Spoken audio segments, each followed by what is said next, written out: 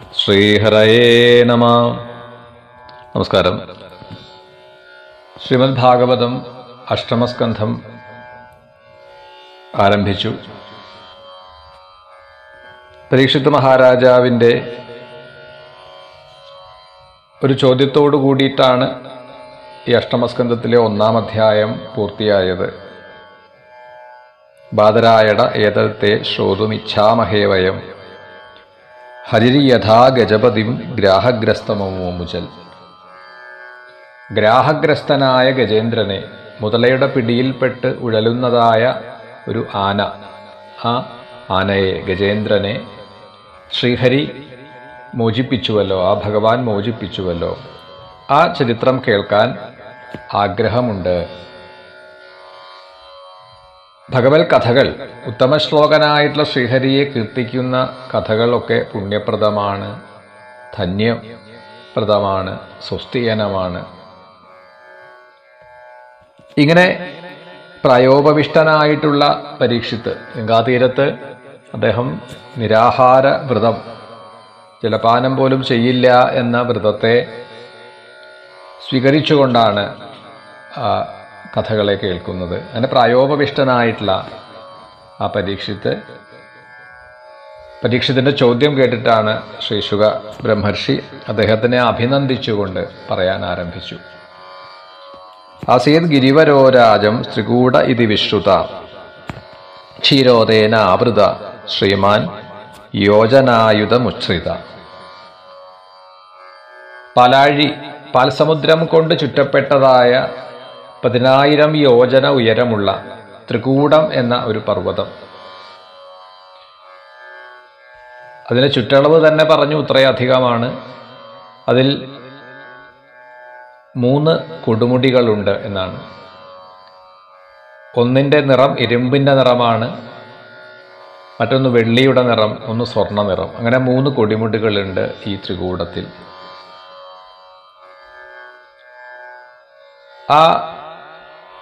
അതിലെ ഒരുപക്ഷെ ഈ ധാതുക്കളുടേതായ ആ അംശം കൊണ്ടായിരിക്കാം. എന്തായാലും രത്നങ്ങളും ധാതുക്കളും ഒക്കെ നിറയെ ഉള്ളത് കൊണ്ട് അത് പ്രകാശപൂർണമാണ് എപ്പോഴും. വ്യത്യസ്തങ്ങളായ വൃക്ഷലതാദികളും ധാരാളം അരുവികൾ, വെള്ളച്ചാട്ടങ്ങൾ, അരുവികളുണ്ട്.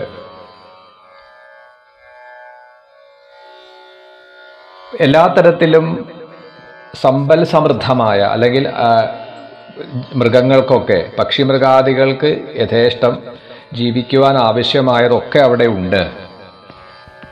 അതാണിവിടെ കുറേ ഏറെ ശ്ലോകങ്ങളിൽ നമുക്ക് കാണാൻ കഴിയുക. ആ വൃക്ഷങ്ങളെ കുറിച്ചിട്ടുമൊക്കെ ഇവിടെ വിസ്തരിച്ച് പറയുന്നുണ്ട്. ചൂതൈ പ്രിയാളൈ പനസൈ രാമ്രൈ രാമ്രാതകൈരപി ക്രമുകൈർ നാളികേരൈശ ഖർജൂരൈർ ബീജപൂരകൈ പിചുമന്തൈ കോപിതാരൈ സരളൈ സുരതാരുഭി ദ്രാക്ഷൈക്ഷുരംഭാജുംബൂഭി ബദര്യക്ഷാഭയാമലൈ. മാവ്, പ്ലാവ്, ഞാവൽ, അതുപോലെ ചമ്പകം, ഇങ്ങനെ തുടങ്ങിയിട്ടുള്ള കായ്കനികളുണ്ടാവുന്ന ഫലവൃക്ഷങ്ങളുണ്ട്, ധാരാളം പൂക്കളുണ്ടാവുന്ന ചെടികളുണ്ട്. എപ്പോഴും അങ്ങനെ ഹരിതാഭമായിട്ടുള്ള ആ പ്രദേശം, വനപ്രദേശം,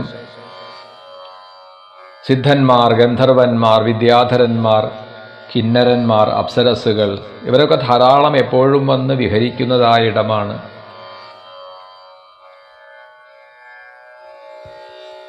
സിംഹങ്ങളുടെ അലർച്ച കേൾക്കാം. മറ്റു പലതരത്തിലുള്ള മൃഗങ്ങളുണ്ട്. പലതരത്തിലുള്ള ശബ്ദം പൊഴിക്കുന്നതായ പക്ഷികളുണ്ട്. ധാരാളം നല്ല തെളിഞ്ഞ വെള്ളമൊഴുകുന്ന പുഴകളും അരുവികളുമുണ്ട്.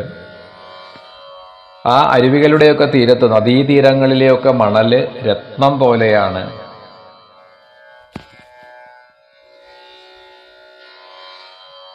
അവിടെയൊക്കെ ദേവസ്ത്രീകളും അപ്സരസ്സുകളും ഒക്കെ വന്ന് നീരാടുന്നതായിട്ട് കാണാൻ പറ്റും. ആ പർവ്വതത്തിൽ തന്നെയാണ് വരുണനാൽ സംരക്ഷിക്കപ്പെടുന്നതായ ഒരു ഉദ്യാനം. അതിൻ്റെ പേര് പറഞ്ഞു ഋതുമത്ത് എന്നാണ്. ആ ഋതുമത്ത് എന്നുള്ള ഉദ്യാനം, അവിടെയാണ് ഈ ഗജേന്ദ്രൻ ഒരു ആനകളുടെ രാജാവായിട്ട് നേതൃത്വം കൊടുത്തുകൊണ്ട് ആനകളുടെയൊക്കെ നായകനായിട്ടുള്ള ഒരു കൊമ്പനാന ആണ് ഗജേന്ദ്രൻ. കൂടെ ഒപ്പമുള്ള പിടിയാനകളോടും ആനക്കുട്ടികളോടുമൊക്കെ ചേർന്ന് മുളയും ഈറയും ചൂരലും വള്ളിക്കുടിലുകളും മരങ്ങളുമൊക്കെ തകർത്ത് അതിനെയൊക്കെ ഭക്ഷണമാക്കിയിട്ടും ചവിട്ടി മെതിച്ചുമൊക്കെ അങ്ങനെ ആ വനത്തിൽ അങ്ങനെ യഥേഷ്ടം വിഹരിക്കുകയാണ്. ഈ ഗജേന്ദ്രൻ്റെ ഒരു ഗന്ധം വന്നാൽ മതി, ആ മദജലത്തിൻ്റെ ഗന്ധം വന്നാൽ മതി, സിംഹങ്ങൾ പോലും മറ്റ് ക്രൂര മൃഗങ്ങൾ, ഹിംസ്ര ജന്തുക്കൾ പോലും ഭയപ്പെട്ടു പോകും എന്നാണ്, പേടിച്ച് ഓടിയൊളിക്കുമെന്നാണ്. എന്നാൽ സാധുമൃഗങ്ങൾക്ക്, ഇപ്പോൾ മാൻ, മുയൽ, കുരങ്ങ് തുടങ്ങിയിട്ടുള്ള മൃഗങ്ങൾക്ക് ഈ ഗജേന്ദ്രൻ എപ്പോഴും ഒരു സംരക്ഷണമാണ്. അതുകൊണ്ട് തന്നെ അങ്ങനെയുള്ള സാധുമൃഗങ്ങൾ എപ്പോഴും ഗജേന്ദ്രൻ്റെ അടുത്ത് ചെല്ലും, ഒട്ടും ഭയമില്ല. കാരണം അവയ്ക്കൊക്കെ എപ്പോഴും ഒരു രക്ഷാസ്ഥാനമായിട്ട് മറ്റ് ക്രൂരമൃഗങ്ങളിൽ നിന്ന് രക്ഷിക്കും ഗജേന്ദ്രൻ എന്നാണ് പറഞ്ഞത്. ഇത്തരത്തിൽ ഒരു വേനൽക്കാലത്ത് ഗജേന്ദ്രൻ ആനക്കൂട്ടങ്ങളോടൊപ്പം ജലമന്വേഷിച്ച് വനത്തിൽ കൂടി സഞ്ചരിക്കുമ്പോഴാണ് താമരപ്പൂവിൻ്റെ പൂമ്പൊടിയിൽ തട്ടിവരുന്ന ഒരു ശീതളിമയുള്ള കാറ്റ്. അപ്പോൾ ആ കാറ്റ് എവിടെ നിന്നാണ് എന്ന് അന്വേഷിച്ചുകൊണ്ട്, ആനകളുടെ പ്രകൃതമാണ് സ്പർശം, ആനകൾക്ക് പെട്ടെന്ന് അറിയാൻ പറ്റും. സ്പർശസുഖത്തിൽ മതിമയങ്ങി പോകുന്ന ജീവികളുമാണ് ആനകൾ. തണുത്ത കാറ്റ് വീശുന്നു, അത് ഏത് ഭാഗത്തു നിന്നാണ് എന്ന് അതിനെ ലക്ഷ്യമാക്കിക്കൊണ്ട് ഗജേന്ദ്രൻ ആനക്കൂട്ടങ്ങളോടൊപ്പം തടാകത്തിൻ്റെ തീരത്ത്, താമരപ്പൊയ്കയുടെ തീരത്ത് എത്തിച്ചേരുകയാണ്. ധാരാളം താമരപ്പൂക്കൾ നിറഞ്ഞ് നിൽക്കുന്ന താമരപ്പൊയ്ക. ആ തടാകത്തിലെ പൊൻതാമരകളും ആമ്പലിൻ്റെയും ഒക്കെ പൂമ്പൊടിയും അതിൻ്റെ ഗന്ധവും തെളിഞ്ഞ ജലവും വളരെയധികം സന്തോഷത്തോടു കൂടിയിട്ട് ഈ ആനകളൊക്കെ ആ തടാകത്തിലിറങ്ങി വെള്ളം തുമ്പിക്കൈ കൊണ്ട് കോരി കുടിക്കുക, ശരീരത്തിലെല്ലാം തുമ്പി കൊണ്ട് ജലമെടുത്ത് ഒഴിക്കുക. അങ്ങനെ ക്ഷീണം തീർത്തു. ഏതുപോലെ ഇവിടെ പറയുകയാണ്,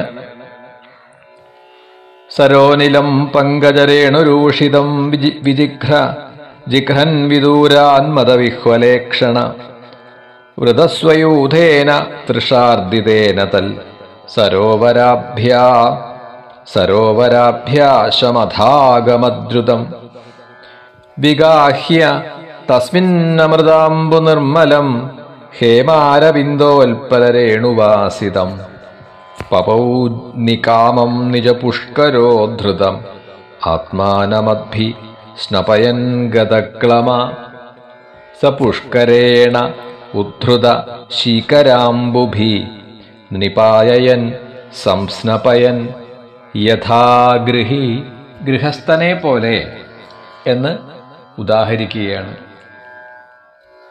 കാരണം ഈ ജലാശയത്തിൽ ഇറങ്ങിയതോടുകൂടി മതിമറന്നിട്ടാണ് വെള്ളം കുടിക്കുക, കുളിക്കുക, മറ്റ് ആനകളുടെ ദേഹത്തേക്ക് തുമ്പിക കൊണ്ട് വെള്ളമെടുത്ത് ചീറ്റിക്കുക, ആനക്കുട്ടികളോട് ഒരു വാത്സല്യത്തോടു കൂടിയിട്ട് ആനക്കുട്ടികളെ കുളിപ്പിക്കുക. ഇതേപോലെ എന്നാണ്, ഏതുപോലെ, ഗൃഹസ്ഥനെ പോലെ. എന്തുകൊണ്ടാണ് ഈ ഗൃഹസ്ഥനോട് ഉദാഹരിക്കാൻ കാരണം? ഘൃണീകരേണു കളഭാംശ ദുർമതോ നാചഷ്ടകൃച്ഛ്രം കൃപണോജമായ,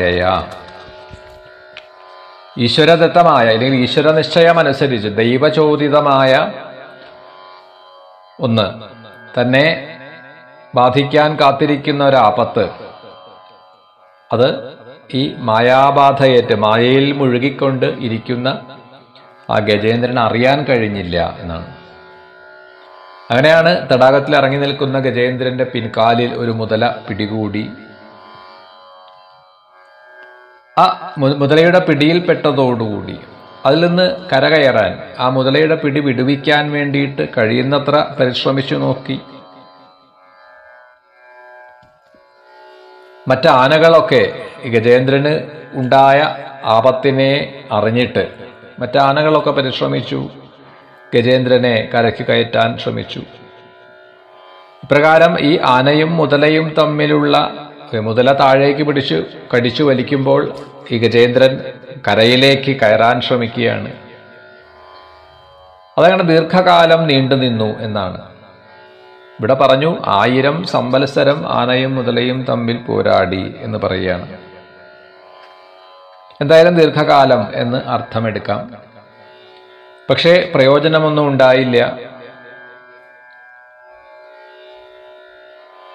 എന്നിട്ടും ഈ മുതലയ്ക്കോ ഈ ആനയ്ക്കോ പ്രാണഹാനി വരുന്നില്ല. അതാണ് അത്ഭുതം എന്നാണ്. ദേവന്മാരൊക്കെ അത്ഭുതപ്പെട്ടുകൊണ്ട് ഈ കാഴ്ച നോക്കി നിൽക്കുകയാണ്. ഗജേന്ദ്രൻ അപ്പോഴേക്കും വല്ലാതെ തളർന്നു കഴിഞ്ഞു. എങ്ങനെ ഇതിൽ നിന്ന് രക്ഷ നേടും, അതിനുള്ളൊരു ഉപായം കാണാതെ വല്ലാതെ ക്ലേശിക്കുന്നതായിട്ടുള്ള ഗജേന്ദ്രൻ ഇങ്ങനെ ചിന്തിക്കുകയാണ് എന്നാണ്. യുദ്ധം ഗജേന്ദ്രസ്യതാപസങ്കടം പ്രാണസ്യ ദേഹി വിവശോയദൃച്ഛയ അപാരയന്നാത്മവിമോക്ഷണേ ചിരം ദധ്യാവിമാം ബുദ്ധിമഥാഭ്യപദ്യത. എങ്ങനെ ഇവിടെ നിന്ന് രക്ഷപ്പെടാൻ കഴിയും എന്ന് ആലോചിച്ച് പെട്ടെന്ന് തന്നെ രക്ഷിക്കുവാൻ ആരും ഇവിടെയില്ല, എൻ്റെ കൂട്ടുകാർക്ക് അതിന് കഴിഞ്ഞിട്ടില്ല, ഇനി ആരാണ് ഉള്ളത്? ഈ മുതലയുടെ പിടിയിൽപ്പെട്ട ഞാൻ കാലപാശമായിട്ടുള്ള ഈ മുതലയുടെ പിടിയിൽ നിന്ന് രക്ഷ നേടാൻ വേണ്ടിയിട്ട് ആ ഭഗവാനെ ശരണം പ്രാപിക്കുന്നു.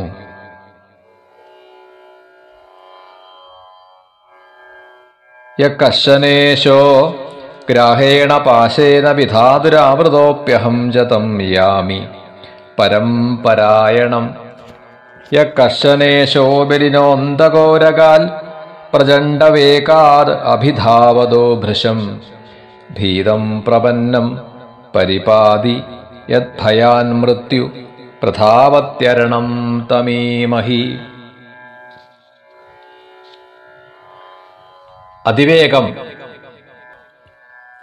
പാഞ്ഞുവരുന്ന കാലസർപ്പത്തെ കണ്ട് ഭയപ്പെട്ട് വളരെ ഭയത്തോടുകൂടി ആരാണോ ശരണം പ്രാപിക്കുന്നത്, അങ്ങനെ ശരണം പ്രാപിക്കുന്നവരെ കാത്തുരക്ഷിക്കുന്ന അന്തകാന്തകനുമായിട്ടുള്ള ആ ഭഗവാനെ ഞാൻ ശരണം പ്രാപിക്കുന്നു എന്നിങ്ങനെ ചിന്തിച്ചുകൊണ്ട് പെട്ടെന്ന് ആ ഗജേന്ദ്രന് പൂർവജന്മ സ്മരണ വന്നു എന്നും പൂർവജന്മത്തിൽ ആരായിരുന്നു ഗജേന്ദ്രൻ എന്നുള്ളത് ഇവിടെ പറയുന്നുണ്ട്. തുടർന്ന് വന്ന് കൊട്ടാരത്തിൽ വെച്ച് ഭഗവത് പൂജയിൽ എത്രയോ സ്തുതികളെ ചെയ്തുകൊണ്ട് എത്രയോ പുഷ്പാഞ്ജലി ചെയ്തിട്ടുള്ളതാണ്. പെട്ടെന്ന് ആ ബുദ്ധിയിൽ ആ സ്തോത്രങ്ങളെല്ലാം തെളിഞ്ഞു വന്നു. അങ്ങനെ ഭഗവാനെ സ്തുതിക്കാൻ ആരംഭിച്ചു ഗജേന്ദ്രൻ. ഗജേന്ദ്ര ഉവാച ഓം നമോ ഭഗവതേ തസ്മൈ യതേതച്ചിദാത്മകം പുരുഷായ അതിബീജായ പരേശായാഭിധീമഹി. ഗജേന്ദ്രൻ പൂർവജന്മത്തിൽ ഉപാസിച്ചതായ അഭ്യസിച്ചു പോന്നതായ ആ പരമമന്ത്രത്തെ കീർത്തിച്ചുകൊണ്ട് സ്തുതിക്കാൻ ആരംഭിക്കുകയാണ്. ചിദാത്മകമായ ഈ പ്രപഞ്ചത്തിന് ആദികാരണനായ ആ പരമേശ്വരനെ ഞാൻ ധ്യാനിക്കുന്നു. യസ്മിന്നിദം യദശ്ചേദം ഏനേദം യ ഇദം സ്വയം യോസ്മാൽ പരസ്മാച്ച പരസ്തം പ്രപദ്യേ സ്വയംഭുവം. ഈ ലോകം, ഈ പ്രപഞ്ചം ആരിൽ നിലകൊള്ളുന്നുവോ, യാതൊരുവനിൽ നിന്നാണോ ഇത് ഉണ്ടായത്, ഉളവായത്, ആരാണോ ഇതിൻ്റെ നിർമ്മാതാവ്, ഏതൊരു ഈശ്വരനാണോ ഇതെല്ലാമായിട്ട് പ്രകാശിക്കുന്നത്, അങ്ങനെയുള്ള ആ സ്വയംഭുവായ ആ ഈശ്വരനെ ഞാൻ ശരണം പ്രാപിക്കുകയാണ്. ആ ഈശ്വരൻ തൻ്റെ തന്നെ മായ കൊണ്ട് ഈ വിശ്വത്തെ ചിലപ്പോൾ പ്രകാശിപ്പിക്കുന്നു, ചിലപ്പോൾ മറയ്ക്കുന്നു. ഇതിനെല്ലാം സാക്ഷിരൂപേണ വർത്തിക്കുന്നു. ആ അനാദിരൂപൻ എന്നെ രക്ഷിക്കട്ടെ. ലോകവും ലോകപാലരും അങ്ങനെ സകലതും ലയിക്കുമ്പോഴും എല്ലായിടത്തും കൂരിരുട്ട് വ്യാപിക്കുന്ന സമയം അതിനും അപ്പുറത്ത് പ്രകാശിക്കുന്നത് ആരാണോ ആ ഈശ്വരനെ നമസ്കരിക്കുന്നു. യഥാ നടസ്യാകൃതിഭി വിചേഷ്ടതോ ദുരത്യാനുക്രമണ സമാവതു. ഒരു നല്ല അഭിനേതാവിൻ്റെ, ഒരു നല്ല നടന്റെ ശരിയായ രൂപം കാണികൾക്ക് അറിയാൻ കഴിയാത്തതുപോലെ ഏതൊരു രൂപത്തെയാണോ ദേവന്മാരും മഹർഷിമാരും അറിയുന്നില്ല, അങ്ങനെയുള്ള അവിജ്ഞാതഗതിയായ ആ ഈശ്വരൻ എന്നെ രക്ഷിക്കട്ടെ.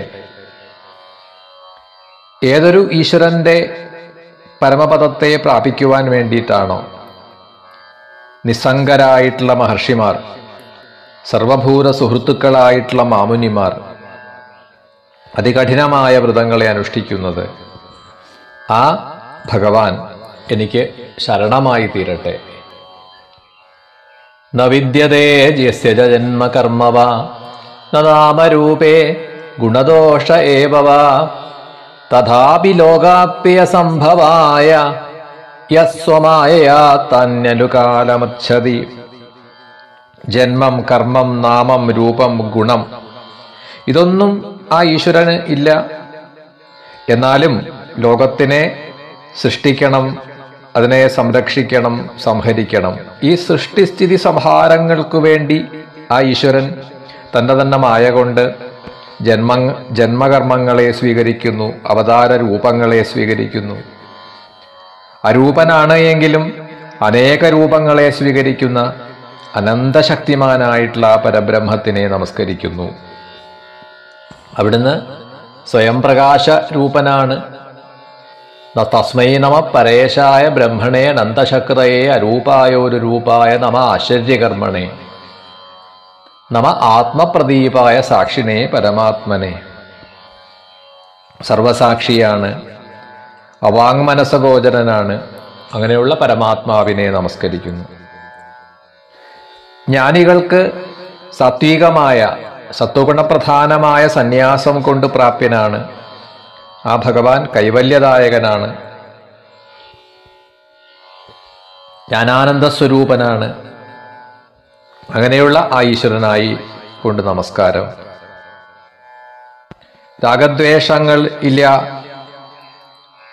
സർവാന്തര്യാമിയാണ്, ഗുണധർമ്മങ്ങളെ അനുവർത്തിക്കുന്നവനാണ്, സമദൃക്കാണ്, ജ്ഞാനഘന വിഗ്രഹനാണ്. ആ ഭഗവാനായി നമസ്കാരം. ക്ഷേത്രജ്ഞനും സർവനിയാമകനും സർവസാക്ഷിയും അകാരണനും കാരണകാരണനുമായിട്ടുള്ള പരമപുരുഷനെ നമസ്കരിക്കുന്നു.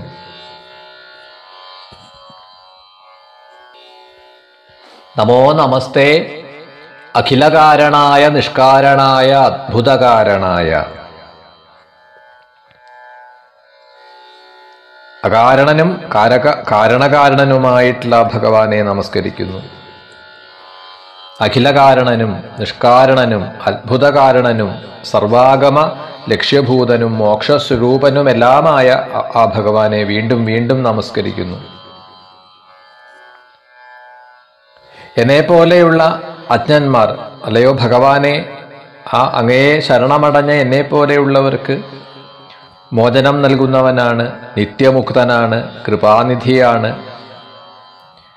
അനന്തനും അംശരൂപേണ സർവ ജീവജാലങ്ങളുടെയും ഉള്ളിൽ പ്രകാശിക്കുന്ന ജ്ഞാന ഐശ്വര്യപൂർണനായ അപരിച്ഛിന്നനായ അവിടുത്തെ നമസ്കരിക്കുന്നു. ഗുണാരണിച്ഛന്ന ചിദൂഷ്മപായ സക്ഷോഭ വിസ്ഫൂർജിതമാനസായ സ്വാംശേന സർവതനുഭൃൻ മനസി പ്രതീത പ്രത്യഗ്ദൃശേ ഭഗവതേ ബൃഹദേ നമസ്തേ. ആത്മാത്മജാത ഗൃഹവിത്തജനേഷു സക്തേ ദുഷ്പ്രാപണായ ഗുണസംഗവിവർജിതായ.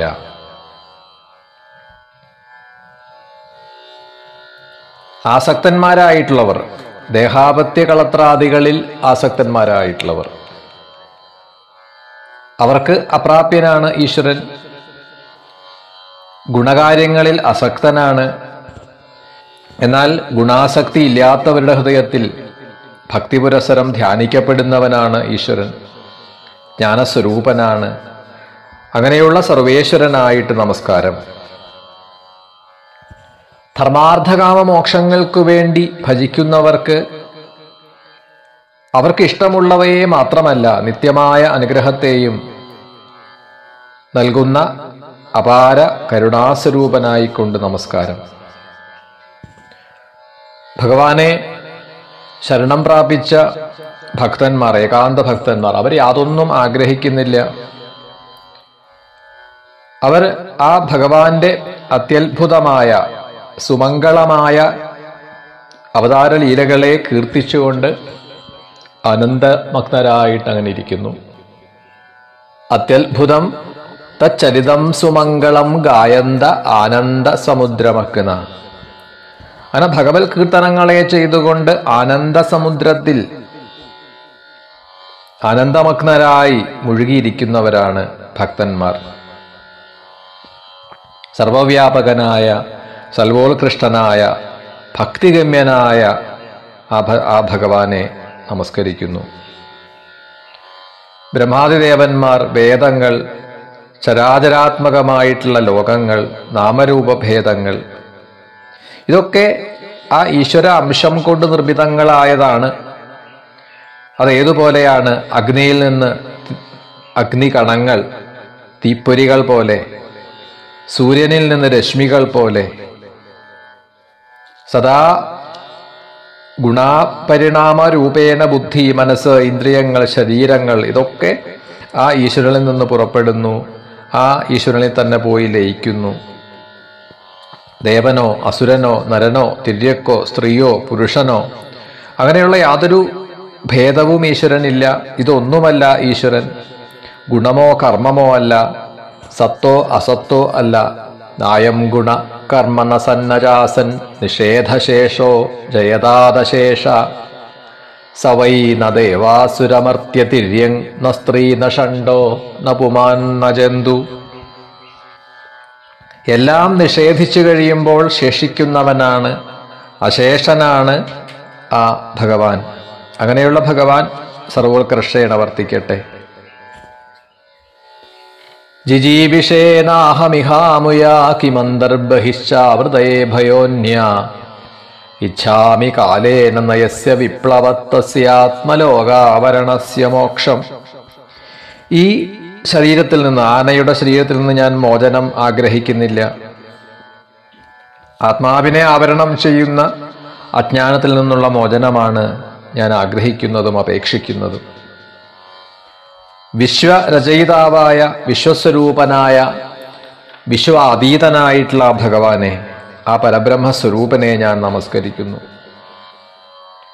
യോഗത്താൽ കർമ്മങ്ങൾ നശിപ്പിച്ച യോഗികൾ ശുദ്ധമായ അന്ധക്കരണത്തിൽ ഏതൊരു യോഗേശ്വരനെയാണോ സാക്ഷാത്കരിക്കുന്നത് ആ ഭഗവാനെ ഞാൻ നമസ്കരിക്കുന്നു.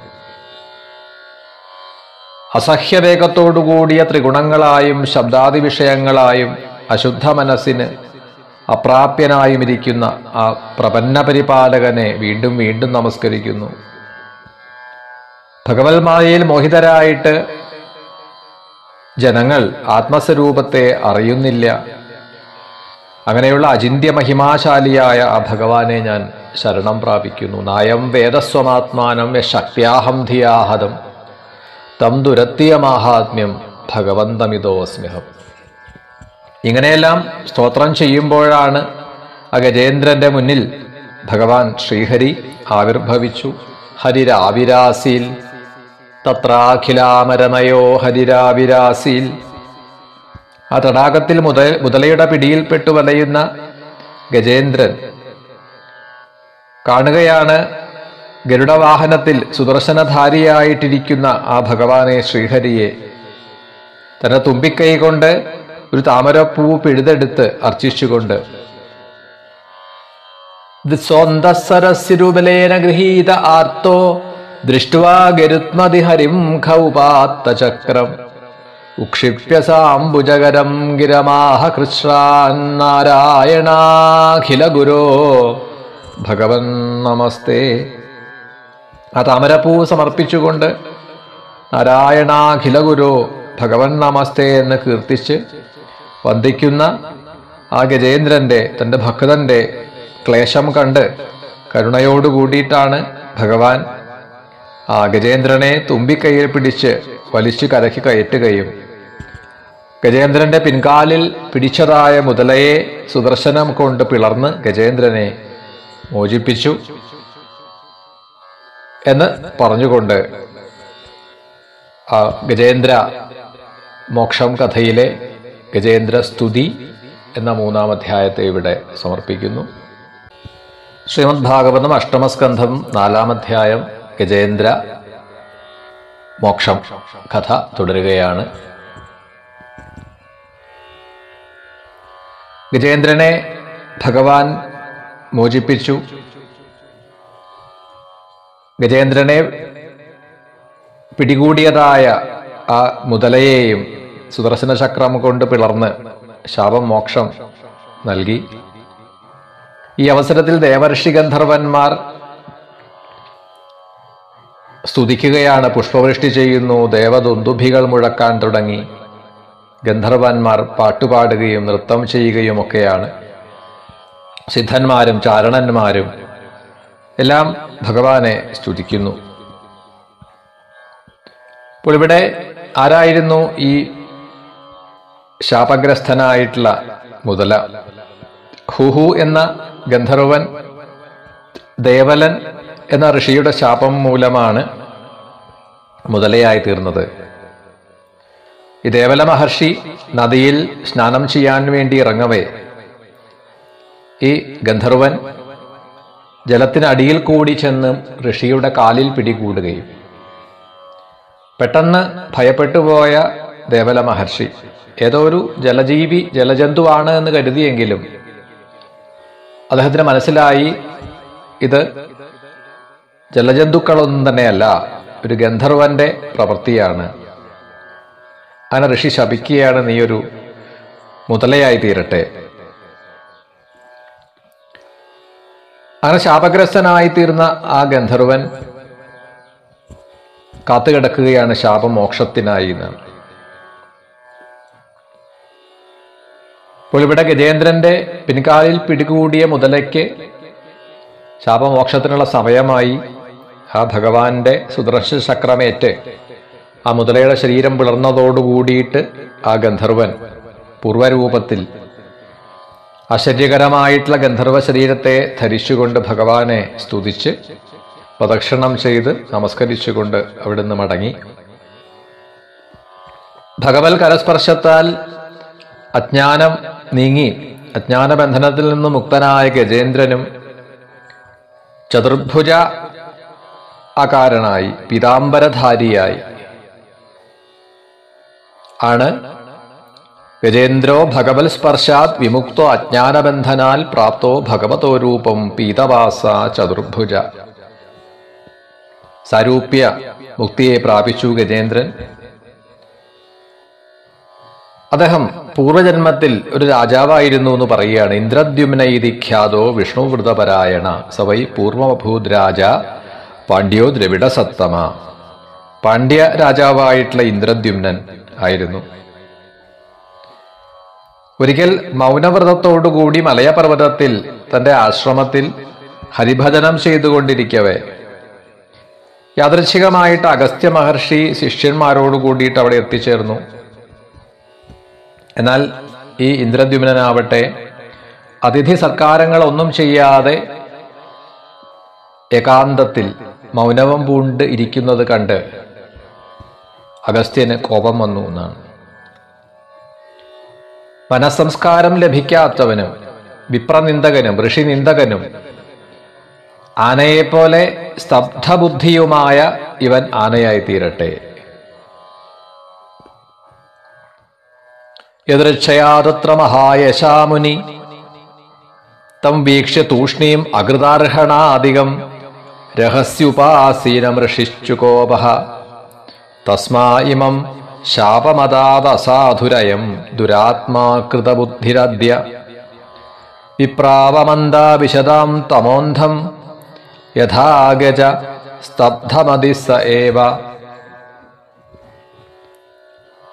അദ്ദേഹത്തിനെ ശപിച്ചു. അഗസ്ത്യൻ ശിഷ്യന്മാരോടുകൂടി അവിടെ നിന്ന് പോയി. ഈ ശാപം ഏറ്റുവാങ്ങുമ്പോഴും രാജാവിന് ഇന്ദ്രദ്യുമ്നന് സങ്കടമൊന്നും തോന്നിയില്ല. ഇത് തന്റെ കർമ്മഫലമാണ് എന്ന് സമാധാനപ്പെട്ടു. ആത്മാവിസ്മൃതി ഹേതുകമായിട്ടുള്ള ആ ഒരു ആനയുടെ ശരീരം ആ കുഞ്ചര യോനിയെ പ്രാപിച്ചിട്ടും ഇവിടെ ഗജേന്ദ്രന്, ആനയ്ക്ക് പൂർവജന്മത്തിൽ ചെയ്ത ഹരിഭജനം, ആ വിഷ്ണു ഉപാസനയുടെ മഹത്വം കൊണ്ട് ആപൽഘട്ടത്തിൽ ഹരിസ്മരണം ചെയ്യാൻ കഴിഞ്ഞു. പൂർവജന്മസ്മരണ ഉണ്ടായി.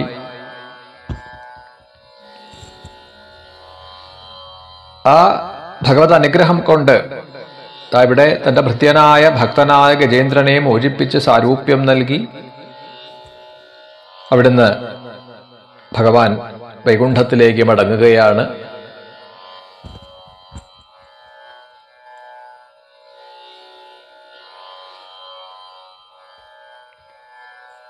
ഈ കഥ, അതിൻ്റെ മഹത്വം, ഗജേന്ദ്രമോക്ഷം കഥയുടെ മഹത്വത്തെ ഭഗവാൻ തന്നെയാണ് ഗജേന്ദ്രനോട് പറഞ്ഞു കൊടുക്കുന്നത്.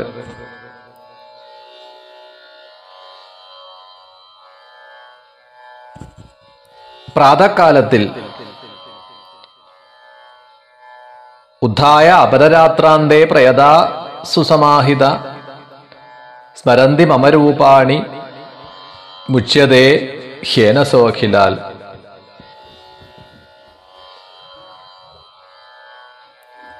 പ്രാതകാലത്തിൽ ഈ കഥ കീർത്തിക്കുന്നു ശ്രേയസ്കാമന്മാരായിട്ടുള്ളവർ.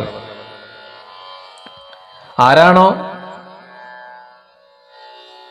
ഗജേന്ദ്രനെ സ്മരണ ചെയ്യുന്നത്, അല്ലെങ്കിൽ എന്നെ സ്മരിക്കുന്നത്, അതായത് ഭഗവാനെ സ്മരിക്കുന്നത്, അതുമല്ലെങ്കിൽ ഈ ഗജേന്ദ്രൻ ഇറങ്ങിയ തടാകം, ഈ സരസിനെയോ ആ ത്രികൂടപർവ്വതത്തെയോ ഭഗവാന്റെ ആയുധങ്ങൾ ഏതെങ്കിലും, ശ്രീവത്സം, കൗസ്തുഭം, ഗദ, കൗമോദകി, സുദർശനം, പാഞ്ചജന്യം, ഏതെങ്കിലും ഒന്നിനെ സ്മരിച്ചാൽ മതി. അങ്ങനെ ആ ഭഗവത് ആയുധങ്ങളെ സ്മരിക്കുന്നതാരാണോ, ആദിശേഷനെയും മഹാലക്ഷ്മിയെയും ശ്രീനാരദനെയും ശ്രീപരമേശ്വരനെയും പ്രഹ്ലാദനെയും ഒക്കെ സ്മരിച്ചാൽ തന്നെ സർവപാപങ്ങളിൽ നിന്നും മുക്തരായിത്തീരും. ആരാണോ ഈ ഗജേന്ദ്ര സ്തുതി, ഗജേന്ദ്രൻ ഭഗവാനെ സ്തുതിച്ചതായ ഈ സ്തോത്രം കൊണ്ട് പ്രാതകാലത്തിൽ, പ്രഭാതത്തിൽ ഭഗവത് സ്തുതി ചെയ്യുന്നത്, ഇവിടെ ഭഗവാൻ തന്നെയാണ് പറഞ്ഞത്, എന്നെ സ്തുതിക്കുന്നവർക്ക് തേഷാം പ്രാണാത്യേചാഹം ദദാമി വിമലാം മതി. അവർക്ക്, അങ്ങനെ ഗജേന്ദ്രസ്തുതിയെ ചെയ്തിട്ടുള്ളവർക്ക് പ്രാണപ്രയാണ കാലത്തിൽ ഞാൻ സദ്ബുദ്ധിയെ നൽകും. ഇപ്രകാരം അനുഗ്രഹം തന്നുകൊണ്ട്, നമുക്ക് ഏവർക്കും അനുഗ്രഹത്തെ പ്രദാനം ചെയ്തുകൊണ്ടാണ് ഭഗവാൻ ശംഖനാദം മുഴക്കി ദേവന്മാരെ എല്ലാം സന്തോഷിപ്പിച്ചുകൊണ്ട് അവിടുന്ന് അന്തർധാനം ചെയ്തു എന്ന് പറഞ്ഞുകൊണ്ടാണ് ആ ഗജേന്ദ്ര മോക്ഷം കഥയെ ഇവിടെ സമർപ്പിക്കുന്നത്. നമസ്കാരം. ശ്രീഹരയേ നമഃ.